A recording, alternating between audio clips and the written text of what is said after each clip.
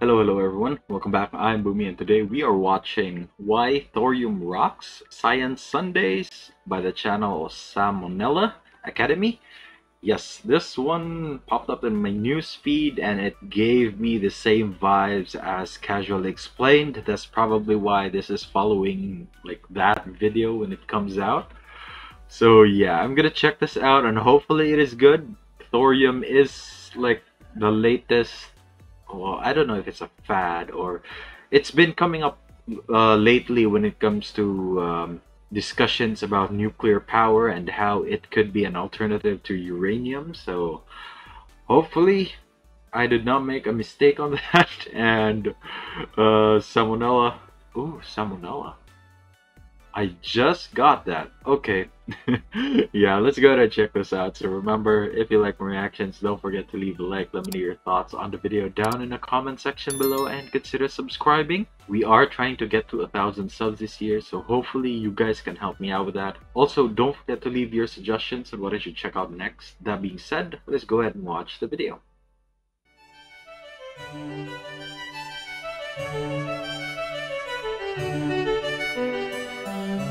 Okay. Hey kids, can I tell you a secret? Come here. Closer. Yeah, this is Nuclear definitely energy. giving me It's not a bad thing. Casually Sure, Explained 30 vibes. years ago, things like Chernobyl and 3 Mile Island were certainly something to worry about. Yeah. Today, however, it's a different story. Let me tell you kids about thorium. Thorium is uranium's neighbor, just 2 houses down. He's a lot like uranium, just he's a lot more chill.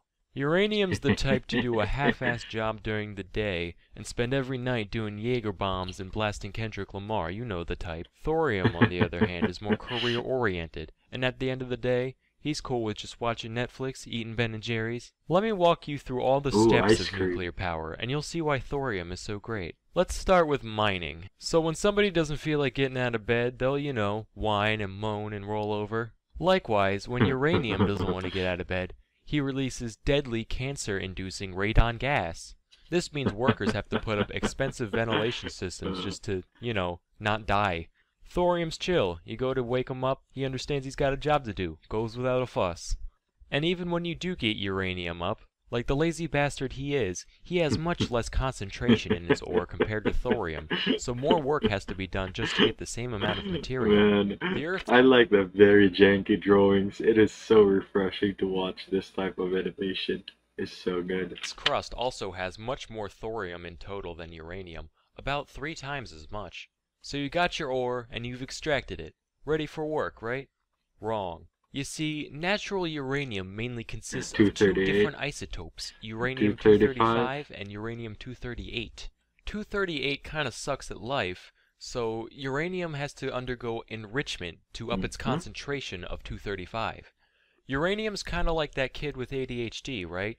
You got him in the building, but you still gotta give him his own little room and a couple Ritalin before he starts doing anything productive. That's expensive. Thorium, on the other hand, look at him. He's got his sneakers laced, glasses on, he's ready to go. No enrichment needed. Finally, you're ready to make some power. This part's important, kids, pay attention. So this is where the biggest difference between uranium and thorium comes in. Hey guys, I'm so sorry to interrupt the reaction, but I just want to let you know that if you're enjoying the video, I would really appreciate if you guys leave a like, leave a comment as well, and consider subscribing. We are trying to get to 1,000 subs by the end of the year, so hopefully you guys can help me out with that.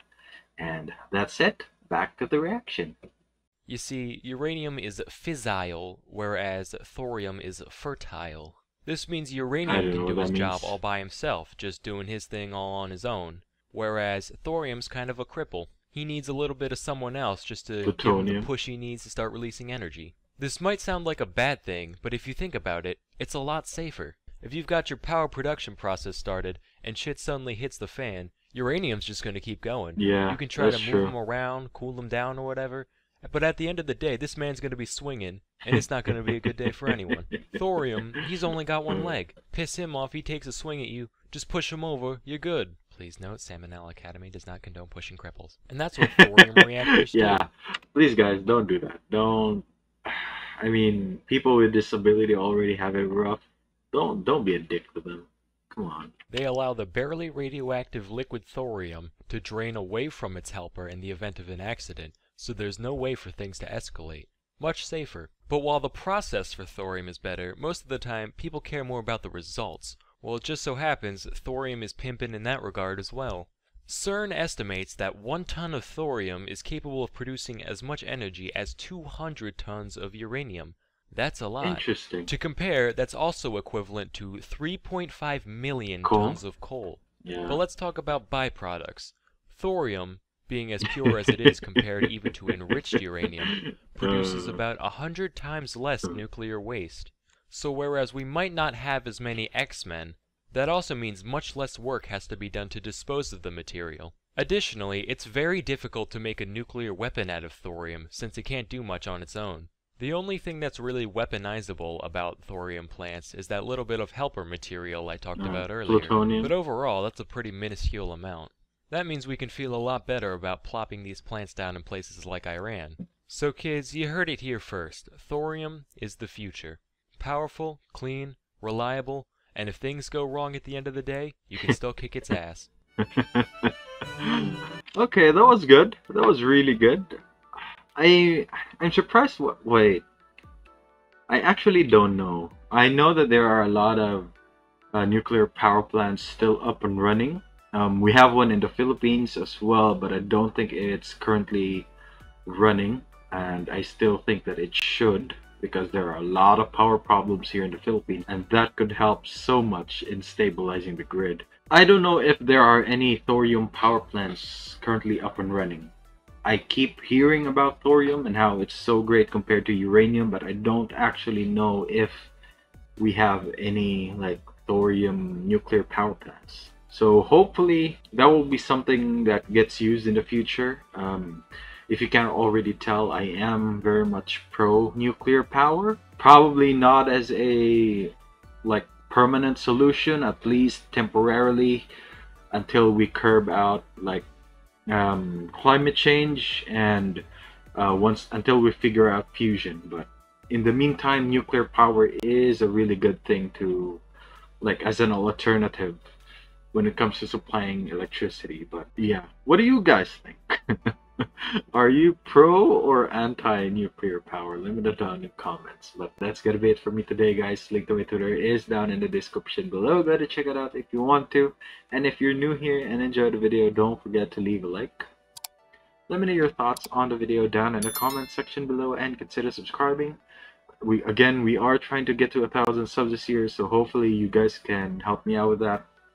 Also, don't forget to leave your suggestions on what I should check out next. If you have a particular salmonella video that you want me to check out, do let me know down in the comments and I'll be happy to watch it for you. Once again, thank you so much for watching, and I'll see you all next time. Bye!